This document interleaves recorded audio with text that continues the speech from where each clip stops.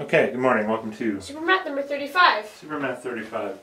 Today, for your movie, we're going to look at what's going to be one of your homework problems because it's a very clever application of side-angle-side similarity. Okay, so side-angle-side similarity says you have a triangle here, x, y, with this angle, and another triangle, A, B, with that angle. And it says the triangles are similar if and only if x over y equals a over b. So the ratios. Okay.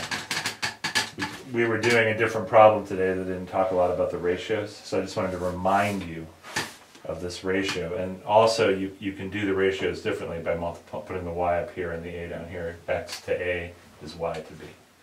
Okay. But that produces some very interesting ideas in geometry.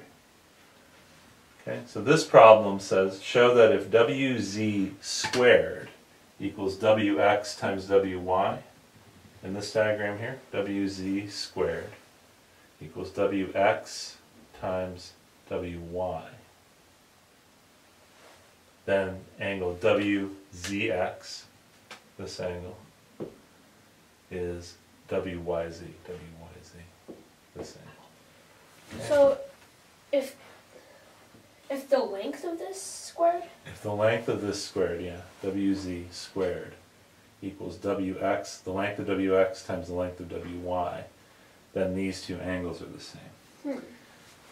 And the reason I wanted to go over it with you is this doesn't look like a ratio problem, right? No, it doesn't. It doesn't, but there's a little algebra hiding in the geometry here. The length of wz squared is just wz times wz. That's what it means, right? Yeah. And wx times wy we can just write as wx times wy. That's what it is, right? Yeah. But now I can divide. I could say, let's say, divide by wx. So this equation is, since these aren't, nothing here is 0, I can divide. So this is the same equation as wz divided by wx equals wy divided by wz. You see that? Yeah. Okay, now all of a sudden now I have ratios. Okay, and the triangles I might be looking at here are triangle wzx. Okay, that happens to have a wz in it.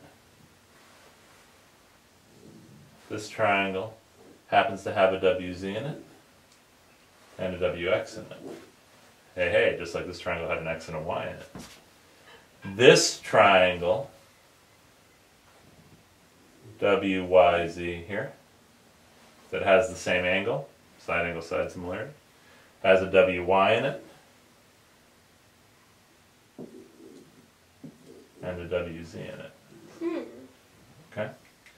So, solving this problem, that this squared equals this product, turns out to be a cleverly disguised application of side angle side similarity. Do you see that? Yeah. Okay. So you'll have this movie on the computer if this problem ends up giving you trouble, but this formula here translates into exactly the ratios we want to look at, and then you have to sort of study these triangles and see what does it mean inside of those triangles, okay? Yep. Alright. That's all I wanted to show you for today.